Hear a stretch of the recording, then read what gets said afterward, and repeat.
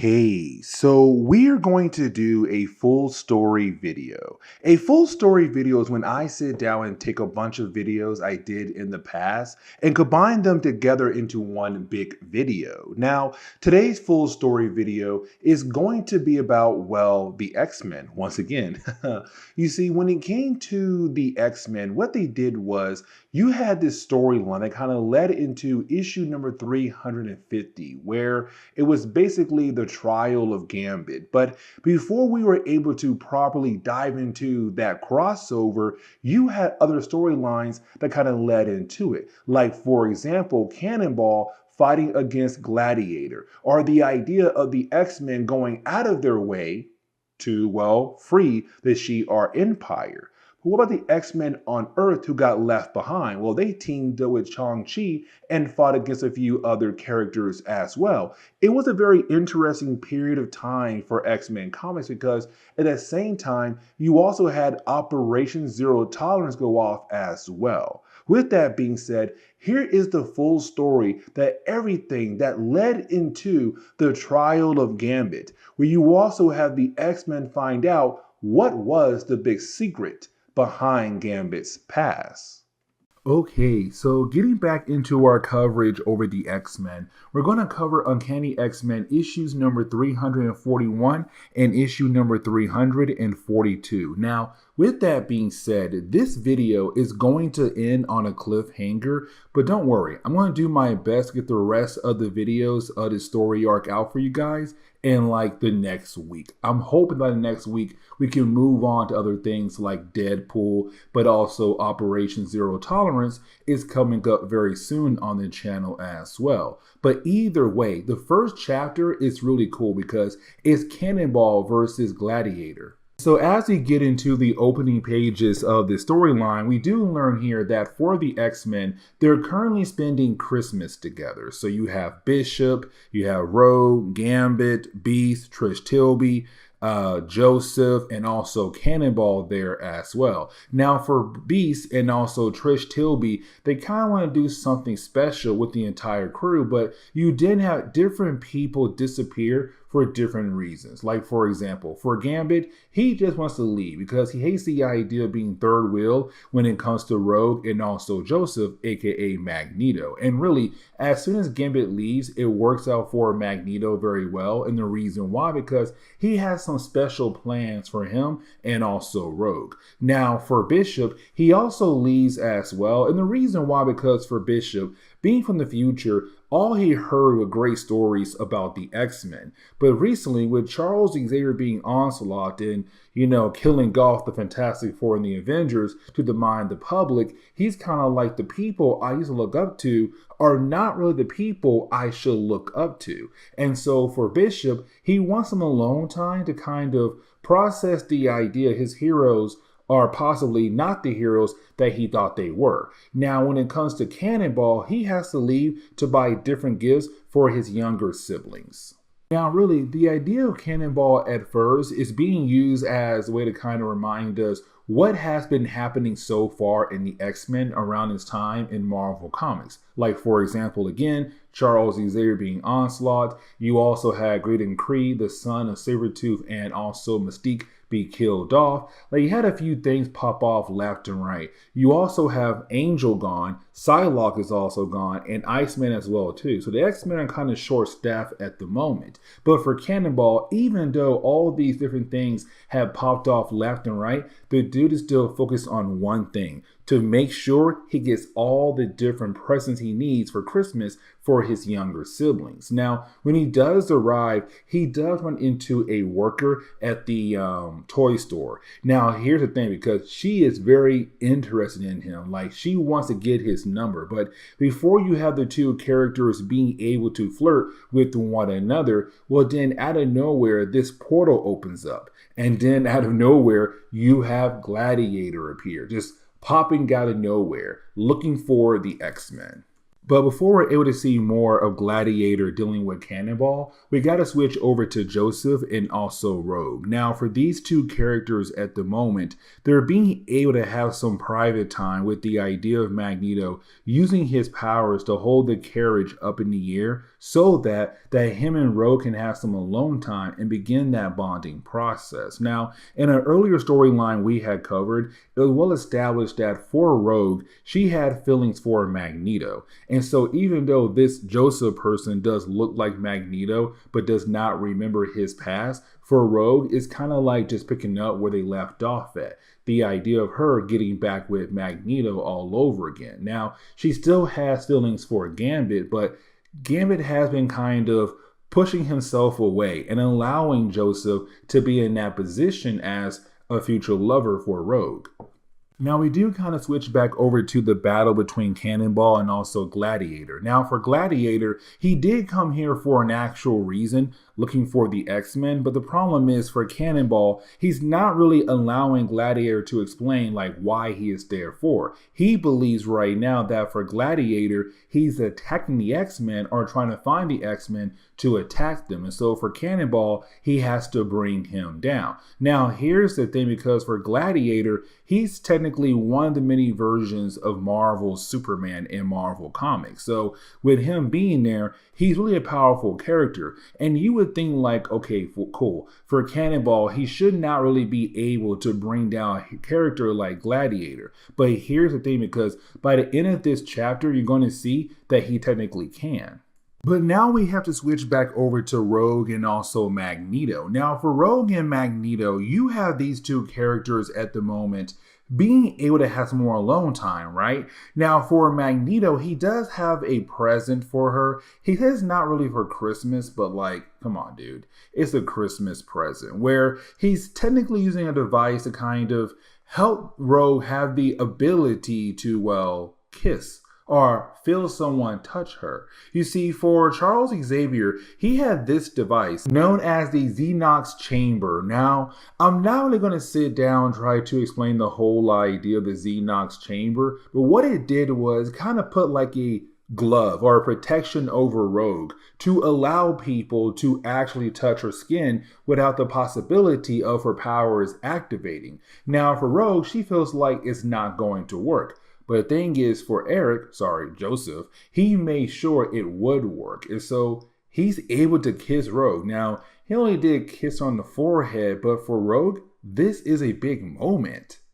But this kind of leads into a very cool moment for me, and let me explain, because you have Gladiator beating down on Cannonball, right? But here's the thing, because you have Cannonball do something new here. You see, for Gladiator, with him trying to punch down on Cannonball, you have Cannonball being able to absorb all the kinetic energy from all the different blows that Gladiator is trying to use right now on Cannonball. And with all that kinetic energy absorbed by Cannonball, he's able to add it to his force field and then deliver one heck of an attack on Gladiator to send him to the ground. It is honestly a very cool moment. But right after you had Cannonball do that, you then have the rest of the X-Men appear. Now, when the rest of the X-Men do appear, you then have Gladiator go out of his way to begin the process of explaining like why he's there for, like why he was looking for the X-Men. And so with him being there now explaining things, he says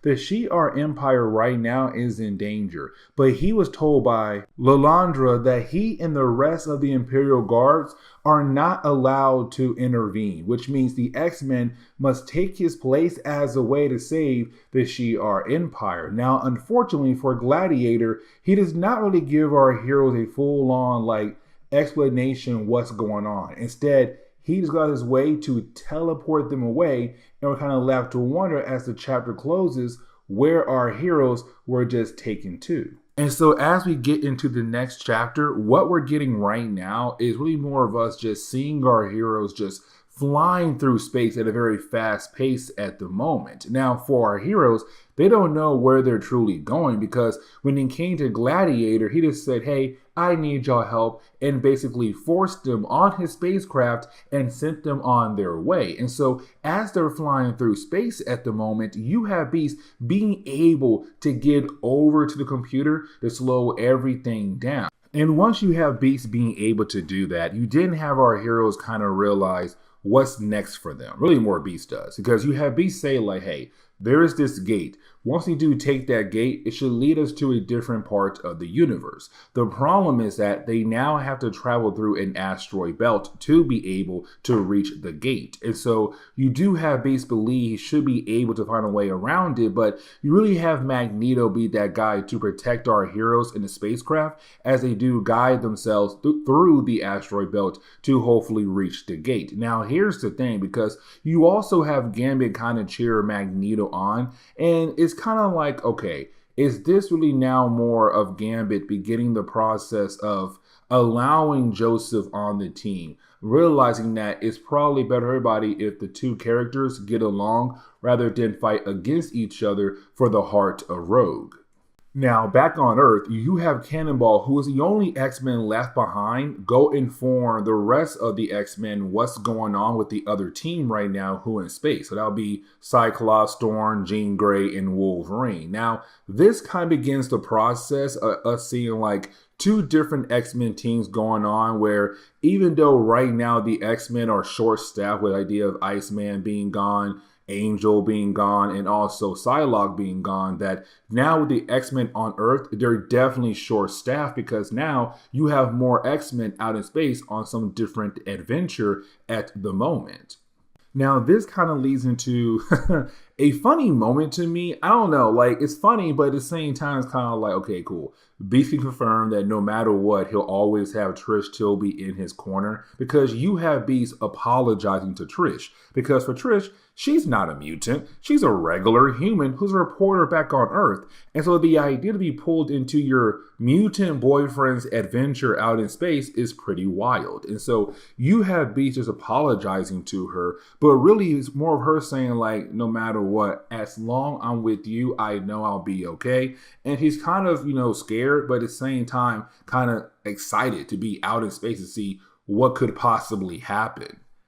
But I kind of want to go ahead and switch back over to the X-Men back on Earth, and here's the reason why. Because for the X-Men back on Earth, it's really more Storm saying, like, we can't leave. Like, we can't afford the idea of leaving Earth to go find the other X-Men. And the reason why, because they have too many things going on at the moment, with the idea of Charles Xavier being arrested, the humans hating on mutants even more. You have all these other things popping up left and right that the X-Men truly can't afford to go to space to find their other team when things need to be handled back here.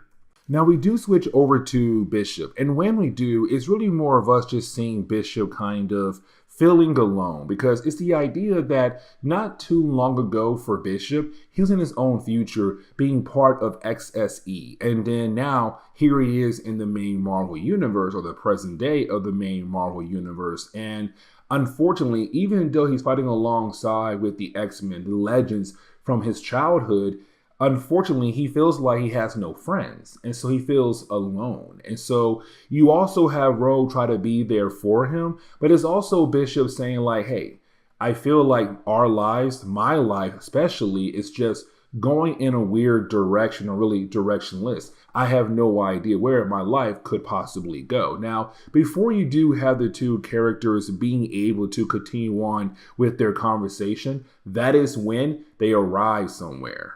And we see that our heroes had arrived at this space docking station that was created by the Shi'ar Empire. Now, apparently, this station has 700 people on staff, but hold like thousands of people. The problem is that when you have Beast go out of his way to scan the place, well, he realized, or the computer realized, there's no one alive on the actual station. And so you have our heroes begin to walk around the area. They find dead bodies. They find a place completely in ruin. But we then switch over to Bishop, because for Bishop, he does find somebody who's barely alive. And that would be Deathbird. And it's Deathbird saying, you have to help out my sister. Okay, so getting back into our coverage over the X-Men, we're going to pick back up with the X-Men series that had launched in 1991. Now, here's the thing, because I do know that some of you guys out there want me to cover the Uncanny X-Men, because in our last video, I did technically leave us on a cliffhanger, but we have to jump back over here first to cover a three-part storyline that does lead into Operation Zero Tolerance, but at the same time, once we do that, we can then perfectly jump back over to Uncanny X-Men to kind of help bring those characters back in the fold for the whole idea of Operation Zero Tolerance, because we're getting very close into covering that crossover. Now, today's video, we're going to cover issues numbers 62, 63, and 64. Now, with this three-part story, are really sitting down with the idea of Shang-Chi teaming up with the X-Men. And so as we get into the opening pages of the storyline, we do pick up with Shang-Chi arriving to this island. Now for Shang-Chi, the only reason why he's coming to this island is because he got a call from one of his old colleagues, Clive Reston. Now for Clive Reston, he's an old Marvel character who first appeared in Giant Size Master of Kung Fu issue number 3. Now for Clive, the reason why he called Shang-Chi is unknown to us, but for those two characters used to work together for the MI6 days. But either way, for Shang-Chi, he kind of realized that it must be really something important for Clive to call up Shang-Chi. The problem is that when you have Shang-Chi arrive at the home of Clive, he's then confronted by, man, I honestly hate the name of this ninja group. I don't know why. It just sounds pretty wild and crazy to me. But they're called the Sci-Fi Cyber Ninjas. Yes, you heard that right. But either way, when it comes to this group, they used to work for Shang-Chi's father. Now, with his father being dead, for Shang-Chi, he's kind of surprised to see them here again. But either way, when it comes to Shang-Chi, we do see him be that great master of Kung Fu and being able to hold his own against them. But we do see here that the only reason why they're currently attacking him is to collect information about him. The idea that he used to be the master's son. And so once they do get that piece of information, they want to leave. But then you have Shang-Chi be confronted by Wolverine. Now, Wolverine being there, we do learn very quickly here that Wolverine was also contacted by Clive Reston as well. Now, here's the thing about the X-Men at the moment, because the reason why I said earlier on in this video that some of y'all possibly want me to go ahead and cover Uncanny X-Men, half the team right now is in space. Gambit, Rogue, Beast, Bishop, and also Joseph, better known as Magneto, they're in space right now dealing with things with Deathbird. And so for the rest of the X-Men, they're currently on Earth. But at the same time, for the X-Men, they're also missing a few members as well. Like, for example, Angel and also Psylocke, they have left the team, and that will actually lead into a mini-series we have to cover called Crimson Dawn. But at the same time, you also had Iceman leave the team to be with his father, who was brutally beaten down by a few guys who are working for Graydon Creed. And so for the X-Men at the moment, the ones on Earth, they're kind of short-staffed. All they have is Cannonball, Storm, Jean Grey, Cyclops, and Wolverine. Now, technically, that is still a good lineup. Now, like I said, for Wolverine, he does tell Shang-Chi, they are here to also meet up with Clive Reston as well. Now, before we kind of learn why everyone was called here for, it does kind of lead into this cool moment for me personally. It's the idea that you do have Cyclops and Jean Grey right now just hiding in the shadows, because you have Jean Grey being able to use her powers as a way to hide their presence from Shang-Chi. But here's the thing, because with Shang-Chi, he kind of realized there's somebody else right now in the room. And of course, he is correct. That will be Cyclops and Jean Grey. But once he does show that he knows where they're at, you then have Clive finally walk into the room to explain what exactly is going on here. You see, for Clive, the reason why he brought Shang-Chi in is because Shang-Chi's father had this elixir, better known as the elixir of Vitae. Now, this elixir is really more technically being used as a way to create a cure for the legacy virus. You see, for Sebastian Shaw, the leader of the Hellfire Club, he wants to get the elixir and use the elixir as a way to create a cure for the legacy virus. And you would think like, oh, that's a great thing because the legacy virus is going around right now just killing off mutants left and right. But the thing is, for Sebastian Shaw, even though he would create a cure, he wants to sell that cure as a way to make a lot of money. And so for them, they want to team up with Shang-Chi to kind of stop Sebastian Shaw, but to also get their hands on that elixir. Now, when the X-Men do arrive in Hong Kong, you didn't have someone inform Sebastian Shaw that his guest had arrived. Of course, he already knows that the X-Men are in Hong Kong at the moment. And he said, okay, cool. It's now time for you to deliver their reception. And so, of course, you have the guy leave.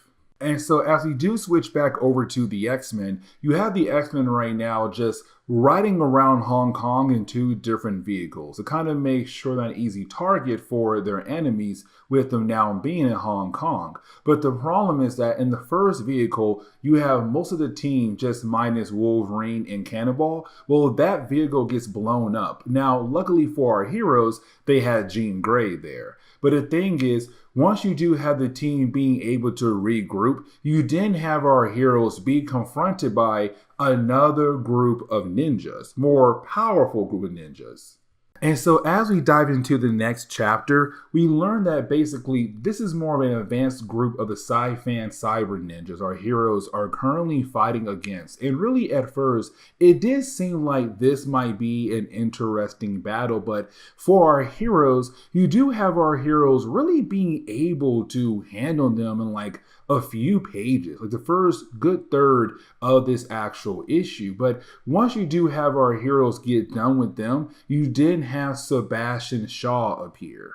Now, for Jean Grey, she really does express the idea that she's not really happy about Sebastian Shaw for 2 different reasons. Now, the main reason why, because this man did create the Dark Phoenix technically, or really had a hand in the creation of the Dark Phoenix. But either way, when it comes to Jean Grey, she does kind of express her anger towards him by trying to throw a car at him. But when it comes to Sebastian, we have to remember that he has the ability to absorb kinetic energy to make himself stronger. Now, you would think like, okay, cool. We're gonna see another battle with the X-Men fighting against Sebastian Shaw. We don't. In matter of fact, you have Storm say, listen, we were fighting earlier in the middle of the street. With that battle earlier, we had some, innocent people now wanting to see what's going to happen next. So let's go ahead and take this conversation somewhere else a little bit more private. Now, once you do have the X-Men leave, you didn't have Shang-Chi realize that Cannonball's missing. And we do learn that for Cannonball, what he did was he had saw this very disturbing rickshaw person. So you basically had Cannonball sneak his way onto the cart of the rickshaw. Now, with him doing that, he's then unfortunately loaded onto a truck for a company known as Fujikawa Enterprises. Now, this is a company that came really big in Marvel Comics around this time, especially over in Iron Man comics as well. But getting back over to the rest of the X-Men, when you do have the rest of the X-Men meet up or really have a meeting with Sebastian Shaw, you have Sebastian confirm, like, yes, he does want the elixir as a way to create a cure for the legacy virus. But it's also him saying, like, I want to be overlooking the actual production of the cure. I want to overlook everything about it. And it's also him kind of hiding the fact that there could be some personal motives behind the idea of the elixir. Now, here's the thing, because while you do have those characters have their meeting, you did have Sebastian walk away to meet with someone else in private. And that would be Rory Campbell. Now, for Rory Campbell, we saw him really more over in Excalibur comics. And when it comes to Rory, he was this scientist who was brought in to help Moira McTaggart to find a cure for the legacy virus. Now, unfortunately, she had gained the virus her own self. But with that being said, when it comes to Rory, he also had learned a dark future about himself where technically he becomes this mutant hunter. And so for Rory, he has been trying his best to make sure that he does not become that mutant hunter. And so he left Dr. Moira McTaggart behind to go work with Sebastian Shaw. And the reason why, because he's hoping that with Sebastian resources, they could most likely find a cure for the legacy virus. And so what he's doing right now is handing over all the information that Moira McTaggart had gained over the years for the legacy virus over to Sebastian Shaw. But getting back over to the X-Men, you have the X-Men go out of their way to hopefully figure out who may have the elixir. And right now, it's the person in charge of the Fujikawa Enterprise company at the moment. And so you do have our heroes work their way into the actual headquarters. Now for Cannonball, he's there as well, but as we all know, because he was sneaking around, unfortunately got loaded onto a truck that led over to the building. But anyways, for the X-Men, when they do arrive to the main office of this business, you did have our heroes being confronted by the Kingpin. And so as we get into the final chapter of the storyline, what we're seeing right now at the moment, it's really more of us seeing the Kingpin really telling us that he may be holding on to the elixir or possibly just information about the elixir. Now, for the Kingpin, the reason why he's here right now as a leader of the company, Fujikawa, we're not really told. As a matter of fact, I want to say we're not really told at all. But when it comes to him being here, he is part of the company now. Now, at the same time, in Marvel Comics, I could be wrong about this, but with our heroes being away in the Heroes Reborn reality, like for example Tony Stark, his company was bought out by this company right here. So I want to say we're in that era of the two companies being merged together. But either way, for Wolverine, he wants to attack the Kingpin. Like, oh, you're holding on to information that would be very vital for us. Go ahead and hand it over. But you have the Kingpin say like, hey, if I was you, I would not do anything at all towards me because I caught your man. Talking about Cannonball, who was trying to sneak around earlier. And so for Cannonball, he's right now near this injection that may have a vaccine for the legacy virus, and it could or could not work, which means he could also gain the legacy virus as well. Now, the X-Men are the only ones there at the office at the moment. Matter of fact, you have Sebastian Shaw trying to work his way up the office building to get to Fisk's office to get the elixir for himself. And so we do see Sebastian Shaw being able to take out a few guards who at first believed that they should be able to bring him down. But the whole idea of how his mutant powers work just made him stronger. And of course, now he has the ability to go after Kingpin.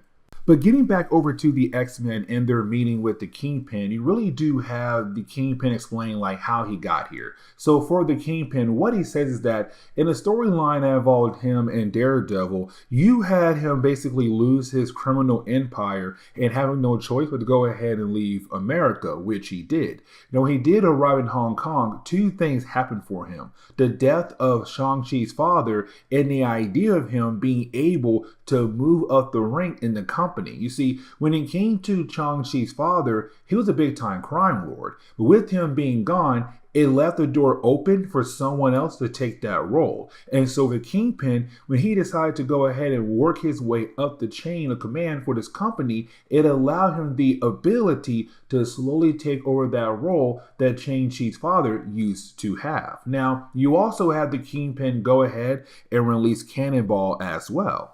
But it's also him explaining that the reason why he wants the elixir is to, well, make a cure for the legacy virus, but do the same thing as Sebastian Shaw wants to do with the cure, to basically make money off of it. And so it's him saying like, no, I want to keep this for myself. Now, we do get a couple of pages, and these couple of pages for me are really important because we're getting very close to the big storyline I like to call Operation Zero Tolerance. Because let's not forget, in our coverage over Generation X, when it came to Jubilee, she was kidnapped by Bastion. And for Bastion, this man is getting closer and closer to the idea of kicking things off when it comes to Operation Zero Tolerance. And so right now it's him saying like the time is coming very soon. And the thing is, he's correct, because the next storyline for the X-Men, this X-Men series right here, leads into Operation Zero Tolerance. And so as we do switch back over to the X-Men and also the Kingpin, you also have Sebastian Shaw arrive as well to fight against the Kingpin. Now for me personally, I kind of thought like this was the beginning of the idea of the X-Men being able to find a cure for the legacy virus. I was completely wrong, because when it comes to the X-Men, when it comes to them really fighting against the Kingpin, his ninjas, and also Sebastian Shaw, you have Storm the leader realize that if the battle continues on, then most likely all the parties might face some serious injuries, or possibly somebody might die. And so for Storm, what she does, she goes out of her way destroying the elixir. And here's the reason why. Because she said, you know what? How about this? Neither of you guys will have the ability to use the elixir for the cure for the legacy virus to only make money. And also on top of that, for the X-Men, we will not allow you guys to hold that over our heads. Instead, we'll find a different way to get a cure for the legacy virus. And for Shang-Chi, he's kind of like, you know what? It's not a bad idea. But while you do have the X-Men on their way back home to America and also kind of thinking about what Storm did, you didn't have the X-Men get attacked by, well, a plane. And this leads into Operation Zero Tolerance. Here's the thing. We still can't just jump into it just yet, because we now got to jump back over to the Uncanny X-Men team, who are currently in space at the moment, but also a few other issues of Generation X. But we're getting very close, guys, in covering that actual storyline. But okay, so like we're getting back into our coverage over the X-Men, right? Now, when it came to the last couple of videos that we have done on the channel, we kind of have been jumping between two different X-Men teams. The first being the ones out there in space right now, trying to help out the Shi'ar Empire, while the other teams on Earth at the moment dealing with the idea of the possibility of finding a cure for the legacy virus, but also getting roped into the whole idea of Operation Zero Tolerance. And so today's video, we're going to focus on the first team right now, who are currently in space at the moment.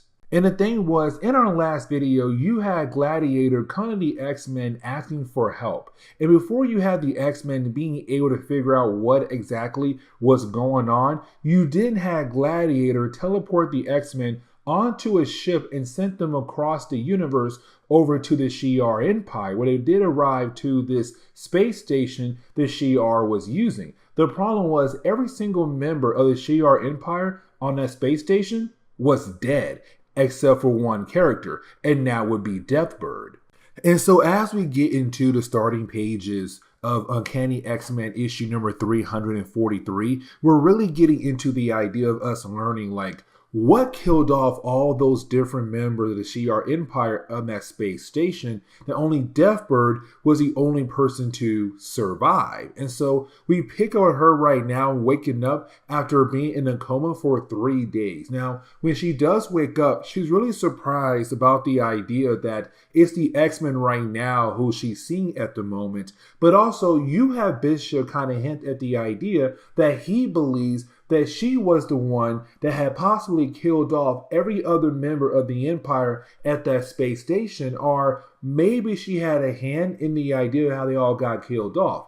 Now for Deathbird, she hates the idea of him kind of saying that, but while you do have the two characters arguing with one another, you did have Magneto, or Joseph, and also Gambit appear in the room. Now, when they walk into the room, apparently they were assigned to go out to the city to find any other clue about what exactly happened at the space station, but also the fact to see if possibly there are any other survivors on the space station either. Now, for Joseph and also Gambit, they do inform Bishop, Beast, and also Deathbird, like, hey, there are no other survivors at all on this space station. But you didn't have Deathbird go out of her way to grab the weapon of Bishop and begin to shoot at both Gambit and also Joseph. And we're kind of like, wait, why in the world is she trying to kill them all for?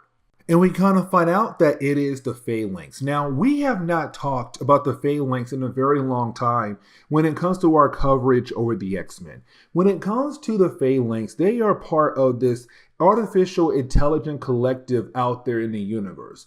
And when they meet a society out there they want to add into their collective, they go out of their way to give that society a techno-organic virus, which then slowly turns them into, well, part of the collective. And so for the Phalanx, what they're trying to do right now is add the Empire into their collective, into their hive mind. And so we're kind of left to believe at first that for Gambit and also for Joseph, they have been officially added into the collective. But you do have Deathbird being able to get rid of those two Phalanx at the moment. And so when it comes to Gambit and also Joseph, they're currently prisoners right now for the Phalanx. Now, here's the thing, because you do have Rogue arrive to save their lives. And matter of fact, we use Rogue as a lesson for the Phalanx because we had learned back in the Phalanx Covenant storyline, the Phalanx were not really able to add mutants to their collective.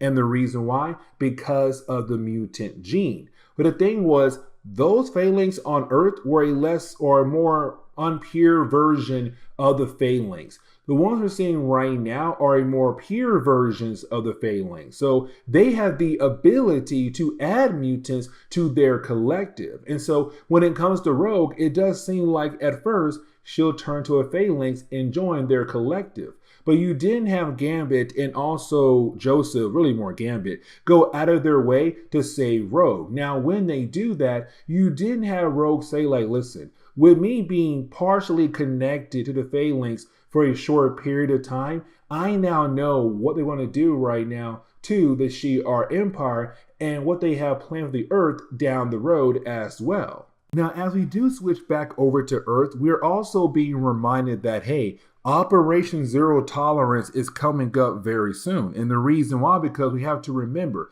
when it came to our coverage over Generation X, we saw Bastion being able to get his hands on Jubilee. And so right now with her being there, we're getting reminded that, yeah, she's his prisoner for his big plan for Operation Zero Tolerance.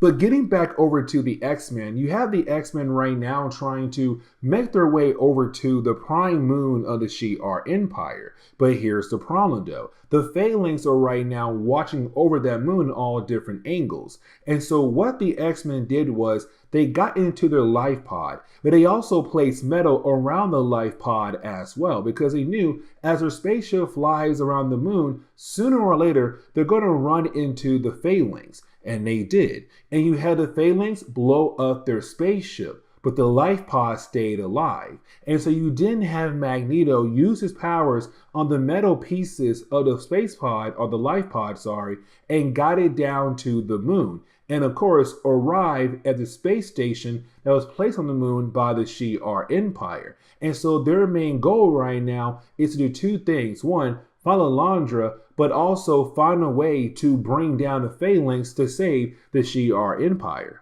Now, as we do switch over to the next chapter, we see that Lilandra is currently a prisoner for the Phalanx at the moment, and they kind of realize that she's not going to give up that easily, but they do believe that they're on the verge of killing off the entire Shi'ar Empire. Remember, the Shi'ar Empire is made of all these different races and different planets and like different galaxies, but now it does seem like the entire empire might crumble in a matter of a few hours by the hands of the Phalanx.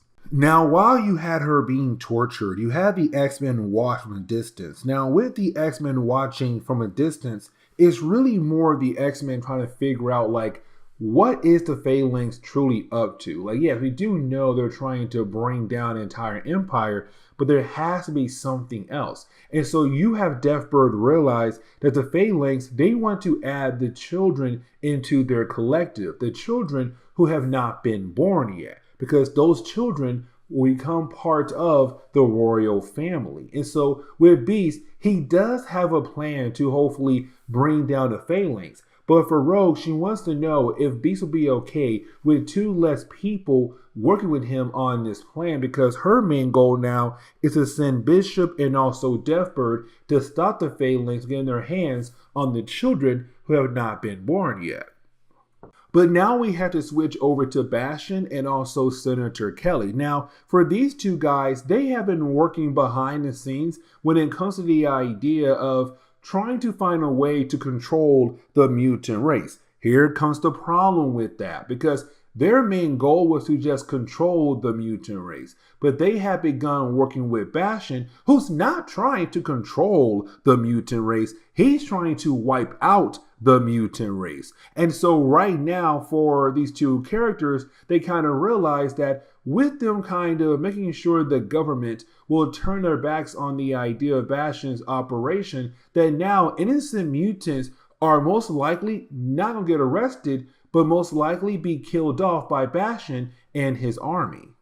Now, I do want to shift back over to Bishop and also Deathbird, and here's the reason why, because this section right here kind of shows that these 2 characters might actually get together down the road. And the reason why I'm saying that, because you have these 2 characters at the moment being able to arrive at the nest. Of course, the area right now that's holding on to all the unborn children. But the thing is, while you do have Bishop take in the beauty of the nest, he also sees that Deathbird has an injury that could possibly kill her. We also see the 2 of them being able to see that they're both strong warriors, and they also kind of have huge amount of respect for one another. But again, it also seems like these 2 characters might get together as well.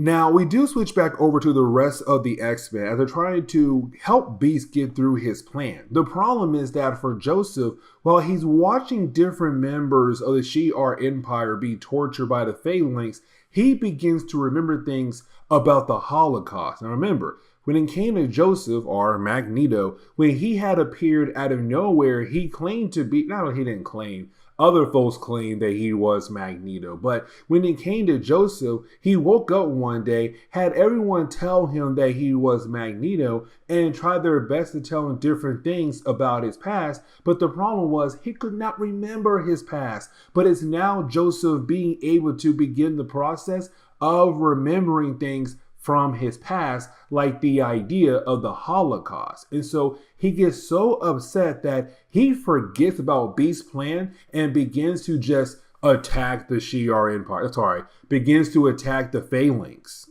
And I kind of hate how the story kind of got wrapped up very quickly here, because once you do have Bishop and Deathbird being able to reunite with the rest of the team, we see that Beast's plan has supposedly worked and neutralized all the different Phalanx in the Shi'ar Empire. So just like that, the X-Men has saved the Empire and the day is saved. Like literally got wrapped up in like 4 or 5 more pages, and that was it. Now, we're going to cover one more issue when it comes to Uncanny X-Men. But as we enter the next chapter of the storyline, we have to switch over to Guatemala. Now, here's the thing, because I did have a few people out there kind of like wanted me to sit down and talk about a certain character. And really, this character's first appearance is this issue right here. But we do pick up with Maria. Now, Maria is a character we saw in the earlier parts of our coverage over the X-Men. Matter of fact, she was the one who found Joseph when he first woke up and took him in. And the thing is, she's right now being followed by some metal-like creature who wants to know if she knows where Joseph could possibly be at. But now this metal creature is defeated by this new character who, again, I had some folks out there wanting to sit down and talk more about him, and that would be Maggot. Now, unfortunately, we don't get the chance to learn much about Maggot in the opening pages of the storyline. The only we do know is that he's right now trying to find Joseph, and that's really it. But now we switch over to Joseph and the rest of the X-Men who are currently still in space. Now for Joseph, it's also him getting very upset about the idea of, well, how the Shi'ar Empire is celebrating the fact that they were able to get rid of the Phalanx. And the reason why he's upset by it, because for him, he kind of feels like they're just moving on, but not really trying to give the fallen people of their empire the respect they deserve. Because for Magneto, he's right now having flashbacks of the Holocaust, just playing his mind over and over again, and knowing that for some families in the empire right now, they have lost their wives, their fathers, their brothers, sisters, cousins, whatever. And the thing is, for some folks, that's all they have. But for the empire, they're kind of like, well, they died, let's go ahead and move on. But it's also Rogue realizing that for Joseph, he's now want to know more about his past and what made him become Magneto to become one of the most worst enemies for the X-Men. But now we shift over to Gambit. Now, when we do, it's really more of us seeing Gambit going out of his way to make a mass grave for all the fallen warriors of the Shi'ar Empire who fought against, well, the Phalanx. Now, for Gambit, we're also being reminded that this dude has a checkered past. Like, we don't know everything about him just yet, but we do know that he is technically partially responsible for one of the worst things that happened to mutants in the past. And of course, you gotta get the hint, it's possibly the mutant massacre. Now we do shift over to Beast and also Trish Tilby. Now for Beast and Trish, they kind of been in a relationship for a while, but for Beast, it does seem like he wants to go ahead and take it to the next level, which I thought meant like, married, engagement. I don't know, but it's really more the idea of just saying, I love you. And for Beast, he can say it. But for her, she's kind of like not really able to say it to him. She knows she does, but she can't say it to him. But it's also the fact that for Beast, he wants to make sure that when they get back to Earth, they don't go their separate ways again. Because for Trish and Beast, they always get together, then something happens, and then they go their separate ways. And then a few issues later, they're back together again as a couple. And so for Beast, kind of hoping that they'll be able to continue on with their relationship. Now, for the X-Men, they were given a ride home back to Earth, and you're going to have Deathbird kind of like be their pilot to make sure they get back to Earth safe and sound. And so when it comes to Deathbird, let's not forget that her and Bishop were kind of like, feeling each other a tad bit there for a moment. So it's kind of leaving us wondering, is there a possibility the two of them could get together? And sadly, we don't get to see that because for Bishop, we do see him on this ship while you have the X-Men right now on the way back home to Earth. But for Bishop, he's right now looking over different texts about Deathbird in her past, how she had officially lost her title. And so for Deathbird, when she walks into his room, she's kind of like, hey, listen, I changed clothes. You and I should go in the danger room to do some training sessions. Now for Bishop, he does not agree because he loves the idea of history, being a man from the future. And so he loves the idea of sitting down and talk to Deathbird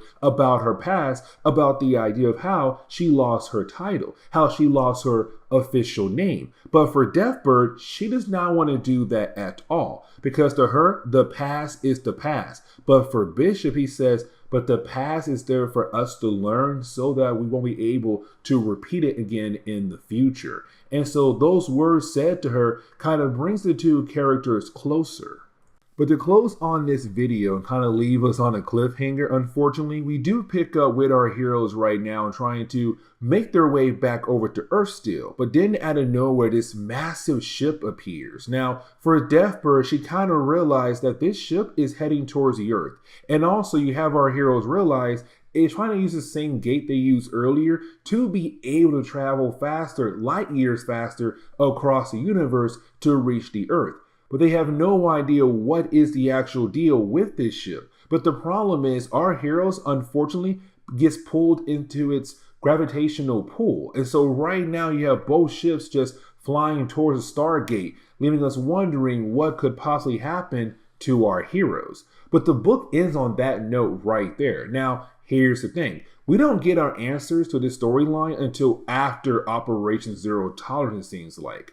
But either way, this is... Okay, so getting back into our coverage of post-Operation Zero Tolerance, I'm going to go ahead and add this video to the Operation Zero Tolerance playlist. And the reason why, because it kind of does answer the question of like, okay, where were these characters that weren't really part of Operation Zero Tolerance? Because let me explain. As we all know, you had Bastion just go bonkers. So you know what? Let's go ahead and attack all the different mutants across the world, but especially all the different X family, X-Men, X-Force, Generation X, not Excalibur and not X-Factor. But anyways, you had him just go after all these different X characters. But the thing was, like, by the end of that event, you had S.H.I.E.L.D. go out of their way to stop Bastion because you had the American government realize it was a huge mistake allowing this man to do whatever he wanted in their country and going after innocent people who are just trying to live normal lives, even if they are mutants or not. Now, with all that being said, when it came to the Uncanny X-Men book, you only had one chapter that was technically part of that event, and that was Spider-Man going up against Marrow. Now, when it came to the other X characters we saw prior to the actual crossover, Beast, Gambit, Rogue, Joseph, they were all away in space. Now, I'm not going to sit down and try to re-explain the whole idea of that storyline because technically that storyline is not really important for this one. Like, the last few pieces of that storyline truly is. And let me explain, because when it came to our heroes, you had our heroes just help out the Shi'ar Empire, right? And after doing that, you had those characters trying to travel back to Earth. That was their main goal. The problem was that they were confronted by this massive spaceship that kind of did damage to their spaceship on their way back home. And so we were kind of left to wonder, like, what happened to those characters? And for a quick moment in the middle of Operation Zero Tolerance, we saw that for Gambit, he was being attacked by some creature, and that was it. But then this storyline kind of says, actually, those characters were on Earth the entire time when it came to Operation Zero Tolerance. But why those characters were not involved in the actual crossover? And so that is why, as you dive into the opening pages for Uncanny X-Men issue number 347, you're really picking up with the idea right now of Gambit realizing that when he encountered their spacecraft, they didn't crash on some alien planet, they crashed back on Earth. And the reason why he knows that, because he runs into characters who used to be close friends of his, better known as, and guys, these names for me, I have no idea why I found them funny, but their names are Spat and Grovel. Now, for these two characters, like I said, they were close friends of Gambit in the past, but apparently Gambit did something to them, and so now they're technically were hired to go after Gambit. They're bounty hunters. And so for Gambit, he realized, okay, I'm no longer in space. I'm back on Earth, but he's not involved with Operation Zero Tolerance. Now, the actual crossover will come up here in a brief moment, but we have to switch over to Beast and also Trish Tilby. Now, remember, when it comes to Beast and Trish, they have this very strong relationship in the 1990s. Unfortunately, by the 2000s, she's almost completely forgotten. But she is this reporter who unfortunately got brought into the last adventure for the X-Men. And so right now, they're kind of wondering like where they are. They don't realize at first right now that they're back on Earth. But while you have Beast trying to retell us what went down in the last storyline for our heroes, you didn't have Beast just out of nowhere passes out. And so now up to Trish to watch over him until he's able to recover. Now, I kind of want to go ahead and shift over to Marrow and also Callisto. And here's the reason why. Because in Uncanny X-Men issue number 346, they were in the actual crossover for Operation Zero Tolerance. As a matter of fact, it was Spider-Man going up against Marrow. Now, with all that being said, Callisto got injured in that storyline. And so for Marrow, she hated the idea that Callisto got injured.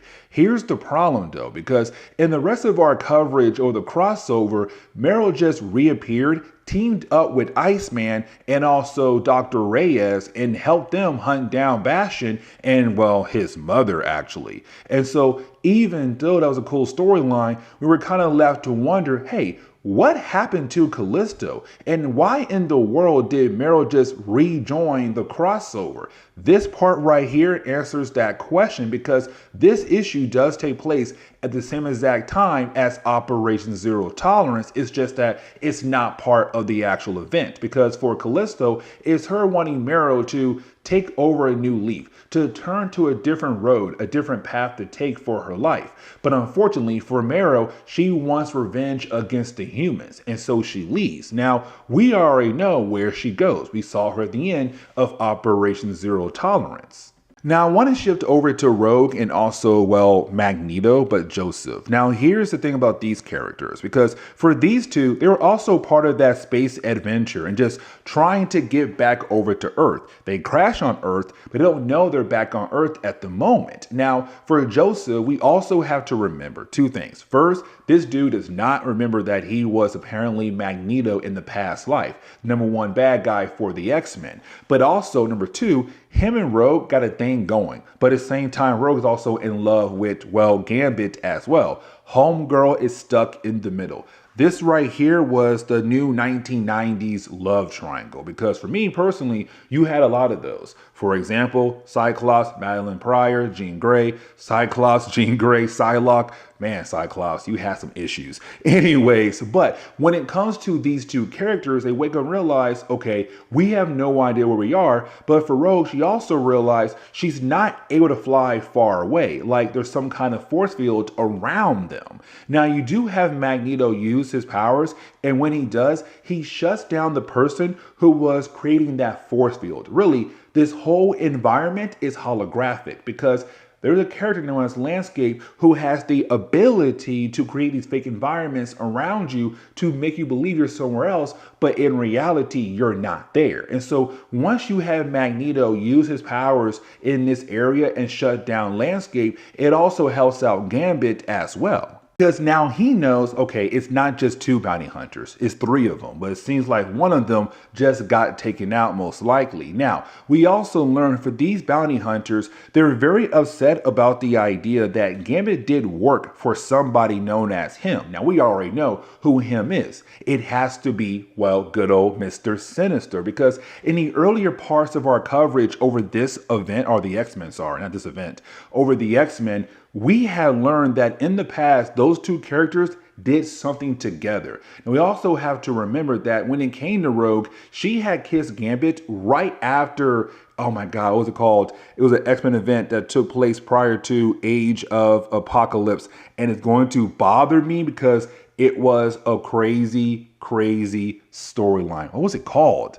That's right, it was Legion Quest. Anyways, when it came to Legion Quest, you had Rogue and also Gambit kiss. Now, while they were kissing, the universe did technically die and led into Age of Apocalypse. But when the reality came back to life, that kiss still happened and allowed Rogue to remember, oh, really dive in the mind of Gambit. And so with her going into his mind, she realized that, okay, he did something in the past.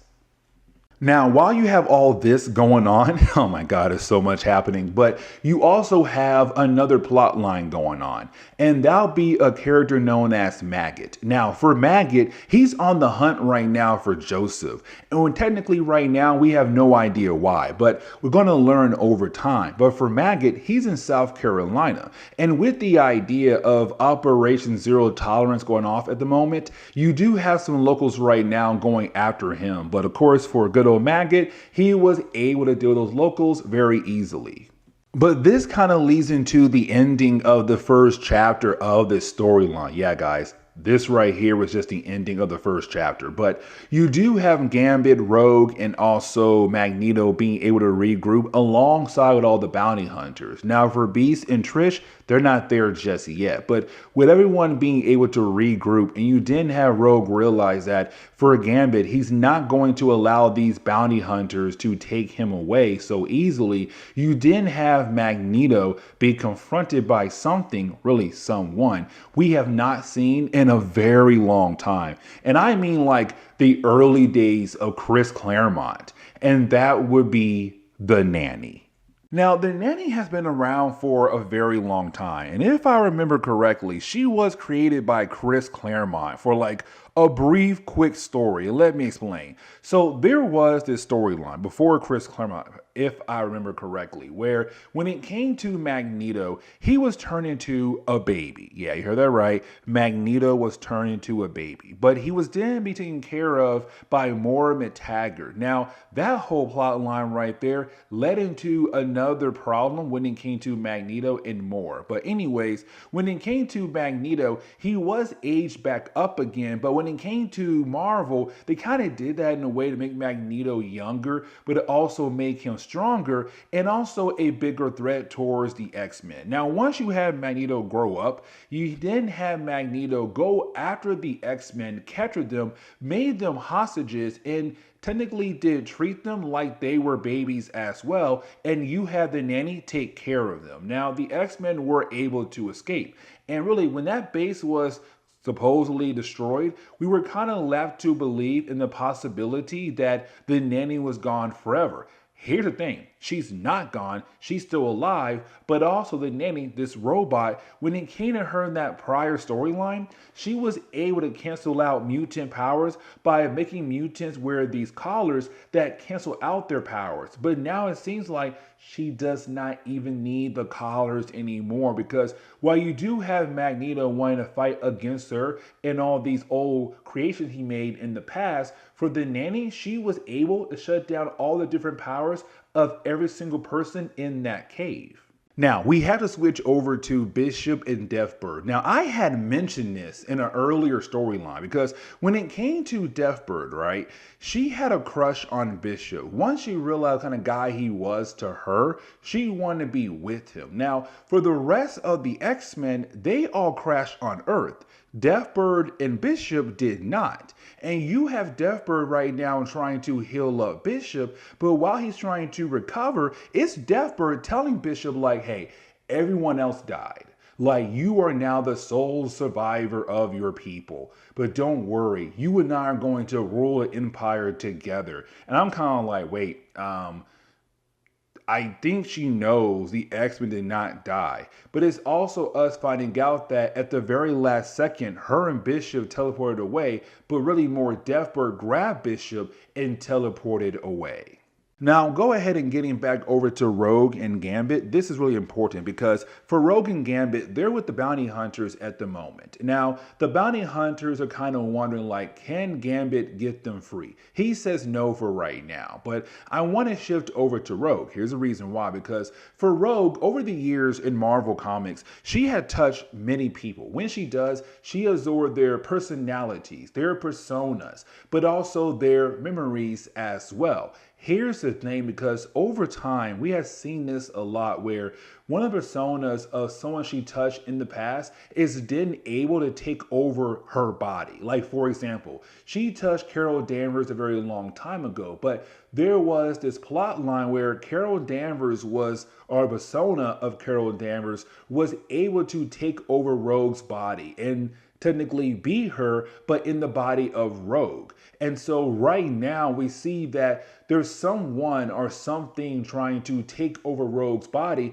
But let's not forget, Rogue did look in the mind of Gambit before when she had kissed him. The thing was, she had no idea how to guide herself through what she saw in Gambit's mind. And so right now, what she saw is now beginning to pop back up in her mind again. And she's kind of wondering like, what did Gambit do? Like, can he actually guide her to the answers of what she saw in his mind? Now, I want to go ahead and shift over to Magneto and also the Nanny, because for the Nanny, her main goal is to protect Magneto. Here's the reason why. Because of Operation Zero Tolerance. Because with the whole idea that right now you have all these different mutants at this time being attacked by Bastion, it's her saying like, hey, I gotta protect you. I gotta watch over you. I gotta make sure that you are okay and everything. But it's Magneto now finding out about Operation Zero Tolerance. And for me personally, This is kind of like the starting point where it's going to be Joseph going back into the role of Magneto, because now he's seeing that different mutants, his people, are once again being attacked across the entire nation by one man. And technically, the American government at first allowed Bastion to go ahead and do it. Now, we do switch over to Psylocke and also Archangel. Now, for these two characters, they were not part of Operation Zero Tolerance. And matter of fact, they were part of a whole different storyline called Crimson Dawn. Now, unfortunately, and I really did want to cover it, it's not out there for me to really buy or even like for me to download. And so when it came to the Crimson Dawn storyline, it removed those two characters from the whole idea of Operation Zero Tolerance. Now, in that crossover, you had Iceman stop by Archangel's home, and of course he was attacked there. And so for these two characters, when they arrive at his house, Archangel's home, they're kind of like, yeah, Bobby was here, but it does seem like he was attacked. But for Archangel, when he turns around, Psylocke is gone.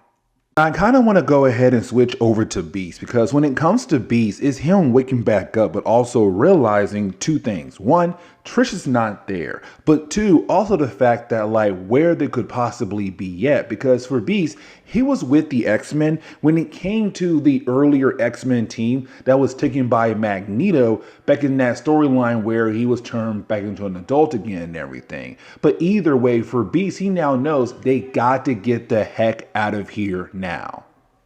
Now, for the ending of this chapter, we do jump back over to Gambit and, well, the bounty hunters. Now, for Gambit, he wants to know, like, who hired them? Why are they there? Now, you have one of them inform Gambit, like, listen, you know why we're here for. Like, you did some horrible things in the past, but also because especially you went to work for him.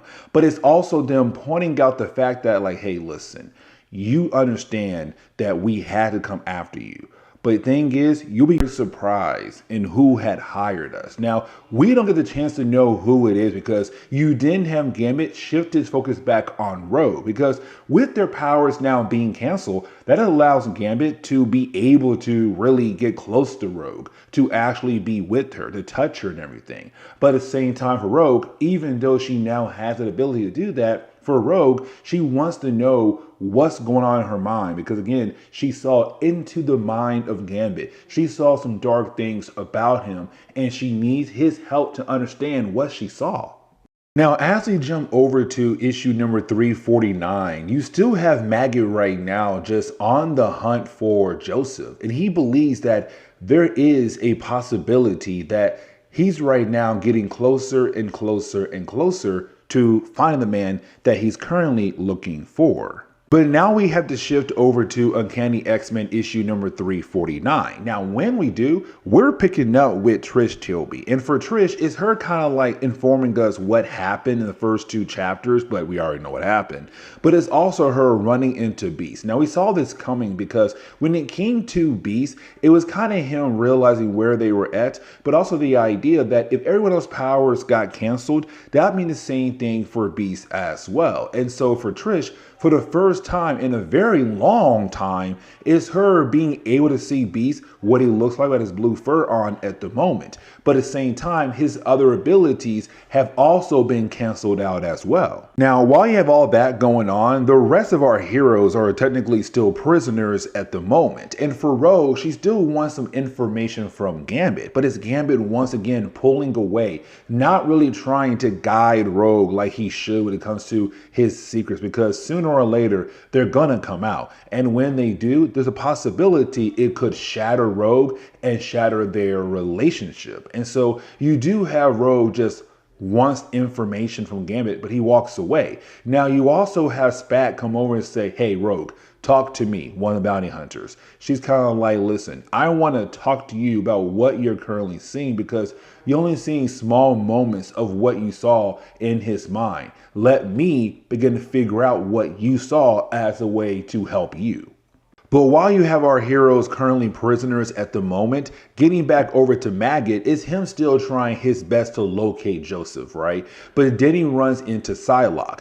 This is why she disappeared earlier, because for Psylocke, she sensed some darkness from his mind and kind of realized she had to go after him. And so at the moment right now, it's her wanting to fight against him. Now, while you have the two fighting in the middle of the city, you also have Archangel realize where the possibility his girlfriend is at the moment. And so when he does arrive, what he's seeing at the moment is just Psylocke fighting against Maggot. And really at first, it's a pretty even match. And really, you don't have Archangel getting involved that much in the battle, or most likely at all. But when it comes to the very end of the battle, Psylocke does win, right? Now, for Psylocke, is her also implying again that what she sensed from Maggot is pure darkness. Like, she's kind of wondering more about this character. And for Archangel, he's kind of like, girl, listen, we already got a lot on our plate at the moment. Operation Zero Tolerance, Iceman is missing, the X-Men are in space. Well, not really, but for them, they're like, yeah, they're in space. They're kind of like, girl, what else do we have on our plate at the moment? And that's the thing, because we still have no idea who this guy is yet. But we're not even getting that part right there just yet, because as we do switch over to the heroes who were captured by the Nanny, we're entering the big 350, right? And so with the big 350 coming around, you basically had our heroes being able to escape from the prison thanks to Magneto and also Gambit as well, because the dude already knew how to pick the locks. Now, with all that being said, they run into the Nanny. Now, luckily for our heroes, Trish was there and she knocked the head off the Nanny's robot, or Nanny's body, sorry. Now, with her head being gone, it allowed our heroes to once again have their powers back. But this leads into another problem. What is this big secret that Gambit is currently holding on to at the moment? And so it's Gambit telling Rogue like, okay, it's time for myself to turn myself in, but not in a way like, okay, you know what? Let the bounty hunters take me away. No, it's him saying it's time for me to go ahead and tell the truth.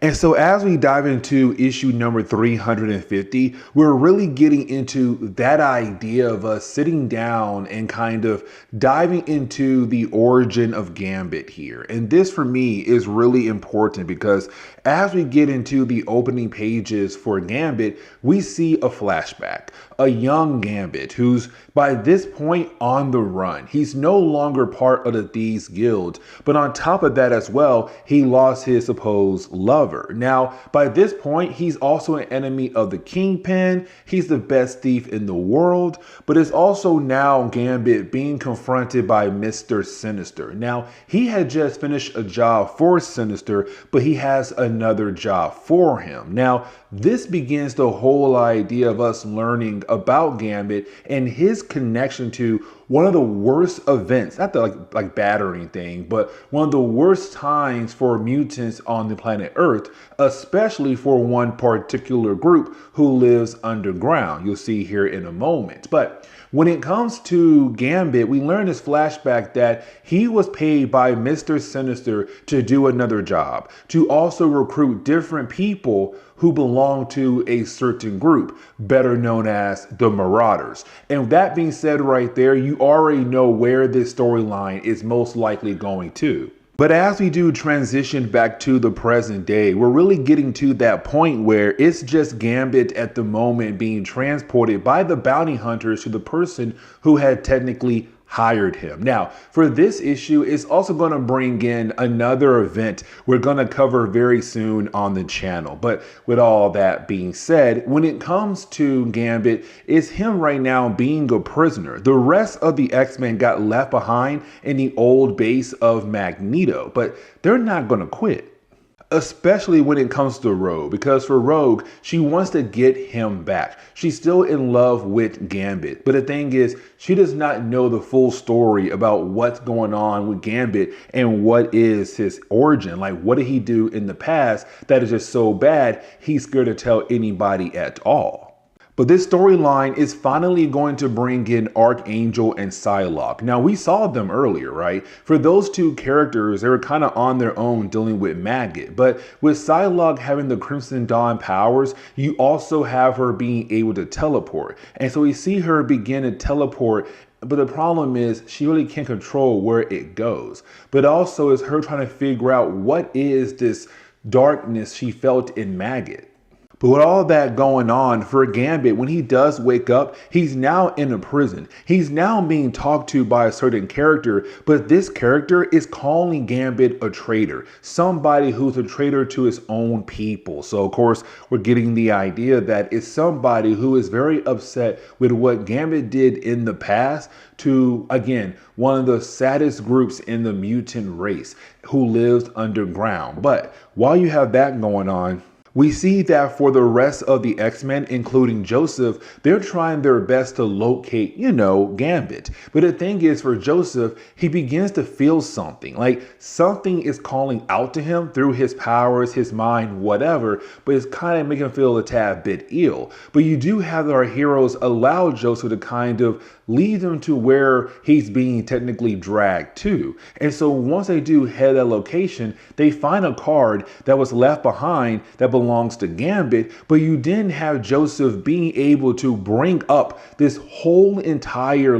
fortress out of ground. And for our heroes, they're wondering, what is this place and what is its connection to Joseph? Because again, for the X-Men, they believe that Joseph is their past enemy, better known as Magneto. But when they go inside the base, what they see is this statue that stands for justice. And so we're getting the idea of why this storyline is called the Trial of Gambit, because it's really more the idea of Gambit going on trial for the crimes that he had technically committed. Now, for Psylocke, Archangel, and Maggot, they were also teleported over to, this fortress. So for those three characters, they don't know where they're at, but also why they were brought there when it comes to Psylocke powers. Now, for Psylocke, Archangel, and Maggot, they were all separated. And so for Psylocke, it's her trying to figure out where they're at, and the same thing goes for Archangel. But for Maggot, it's a tad bit different, because for Maggot, he does run into, Magneto, Joseph. Now, for Joseph, he does not remember the man at all. But to Maggot, he's kind of no, dude, I know who you are. You and I are technically friends. But then out of nowhere, you have someone knock out Joseph from behind. And for Maggot, he's surprised to see who it actually is. And he can't believe it's that person. But after you have Joseph get taken away, you then have all the different other people get taken away as well when it comes to the X-Men. Trish, Beast, Psylocke, Archangel. Now for Psylocke, just like Maggot, she saw this person who's going around grabbing folks left and right. And she can't believe who she saw. And don't worry, you're going to find out here. And honestly, you see who it is, but then you find out who it truly is at the very end of the storyline. But now we shift over to Gambit and Rogue. Now, when we do, it's really more of Rogue telling Gambit hey, let's go ahead and go. I found you. Let's go ahead and dip out. Let's go ahead and go back home now. But for Gambit, he does not want to leave, because to Gambit, he deserves what's possibly coming for him.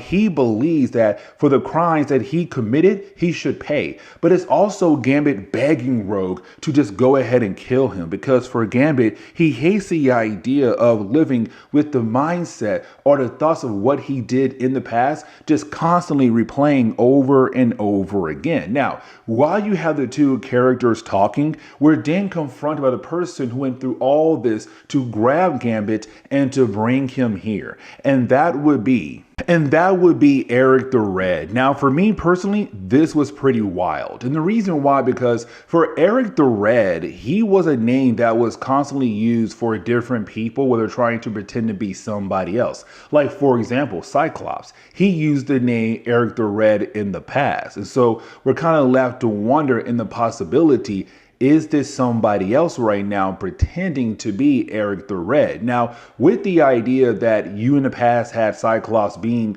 Eric the Red, you didn't have Marvel remind us it can't be Cyclops right now pretending to be Eric the Red. Because back in Operation Zero Tolerance, we had learned that when it came to Cyclops, the X-Men discovered that Bastion had basically placed a bomb inside the body of Cyclops. And you have Jean Grey right now using her powers to keep that bomb from killing off her husband. So with that information there, we're told hey, Guys, listen, it's not Cyclops, so ooh, who could be Eric the Red? This is a big mystery. But this leads us back over to the trial of Gambit, because you do have Eric the Red go out of his way to bring all the different X-Men in different position of a courthouse would be like. So for example, you have Archangel right now being the defendant. Now that right there is pretty important. And here's the reason why, because we're going to learn here that for Gambit, he had a major role in the idea of the mutant massacre. Now,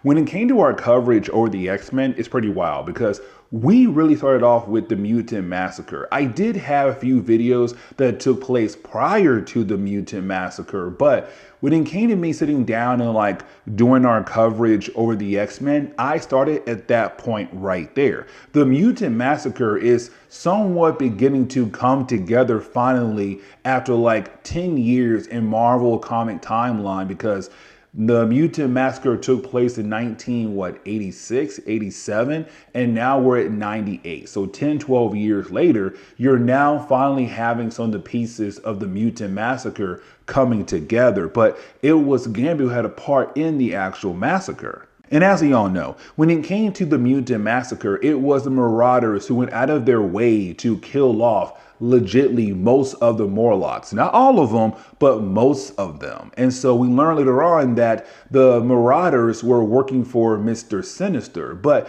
we're also learning here that it was Gambit who also took part in the massacre. Now, it wasn't him going out of his way killing people. No, what he did was he went out of his way, found the different people that Sinister wanted, like Sabretooth, brought them all together and led them down into the actual tunnels of the Morlocks, where of course, as we all saw, the Marauders killed off most of the Morlocks. Now, the reason why Archangel is so important for this entire storyline, because in the mutant massacre, he basically lost his wings. He got severely injured, got his wings cut off after that storyline, met Apocalypse, and was turned into Archangel. And so now you gotta wonder, like, what if Gambit never did lead Marauders into the tunnels of the Morlocks? Would the mutant massacre still happen? Would X-Factor get involved? Would Angel turn into Archangel? Let's also not forget that Psylocke knew, because there was a point in time when it came to Gambit, after kissing Rogue, he was in a coma. Psylocke went into his mind and saw the things that we're talking about right now at this present moment. And so for Psylocke, she also knew about what Gambit did, but again, she never told anybody. And so for Archangel, her lover, he's kind of like, how dare you? You knew about this. You didn't tell anybody. You didn't tell me, especially because technically his actions are the reason why I'm the way I am in the present day. Now, again, for her, she went through a lot at that time. But what about Rogue though? Will Rogue actually accept the idea of what she just heard? Now for Rogue, she'd been in the mind of Gambit. She saw what went on in his mind and she knew way back then what he did, but she did not want to accept it. Well, really, she only got part of the story. And so when you have Eric the Red go out of his way to make Rogue like kiss Gambit, to absorb more of his mind, his past, his memories, she discovers everything that she saw in the past, and what Eric the Red said is true. And it's heartbreaking because that is huge. You are the reason why most of the Morlocks are dead. Now, technically, all he did was lead them, but still, he still had a role in that massacre. And so with all that being said, you now have Gambit wondering where he goes with Rogue. Now, with Rogue kissing Gambit, that means she now has his powers, which also means that she can use his powers as a way to help them all escape. Now, for Eric the Red, it's really more him saying like, yeah, go ahead and leave. Because to him, why should he try to stop them? Because he already has Gambit labeled as a traitor, someone who can no longer be trusted, and most likely the X-Men would no longer go to Gambit for a good while. And technically, that's correct, because here's the thing. After you have the X-Men being able to escape the fortress that was, I guess, built by Eric the Red, you have Rogue tell Gambit like, you no longer have a home. You're no longer able to come back to the school of Charles Xavier. You're no longer an X-Men. And that is pretty huge. And she flies away. But that's not the ending of the book. Because like I said earlier, Eric the Red is a name that was used in the 1990s, really 1960s, 70s, 80s, and 90s, where you had somebody pretend to be Eric the Red. So for example, Cyclops. But as we saw, it's not Cyclops, right? So who is Eric the Red this time? Well, it will be Magneto. Yes, Magneto, not Joseph. So now we're playing with the idea of how in the world is there two different Magnetos on Earth at the moment? And also, where has this Magneto been at? If this is the original Magneto, that means this is the one Colossus had right after Avalon was destroyed. And so the question is again, where was this Magneto? And also, what does this mean for the X-Men? And with that being said, guys, please leave me a like down below and subscribe. But guys, see y'all next time. Later.